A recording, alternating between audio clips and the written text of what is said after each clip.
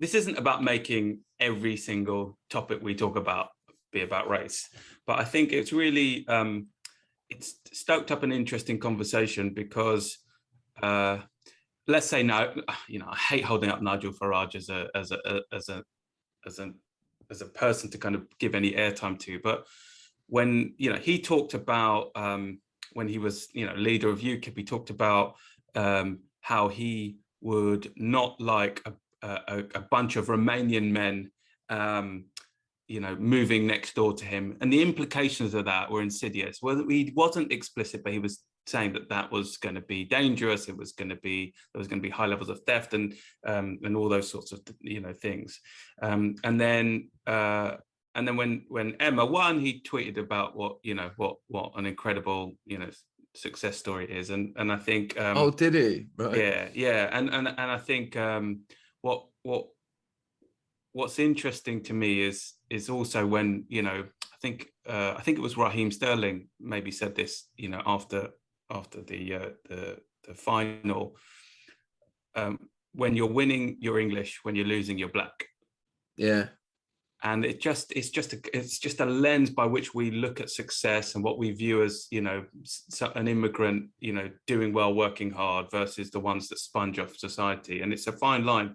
And of course you've got the ones like Nigel Farage who are just really happy to get column inches in the newspapers by really shouting about it. But then you've got a lot of people that we've talked about this sort of unconscious bias or hidden kind of xenophobia or racism, where that actually they, even if they don't necessarily vocalize it publicly like some of these people, there's a feeling that that you view people that come in and work hard, do well, as successful, and the ones that don't aren't successful immigrants in your eyes.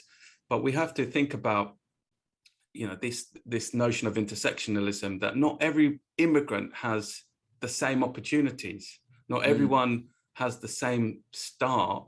As we don't all just come off the boat. And I can say that because my dad was an immigrant to the country. You don't just kind of all start at the same level. You have different levels of support from your country that you're leaving, your family. You may have a bit of income, you may have education, all those sorts of things.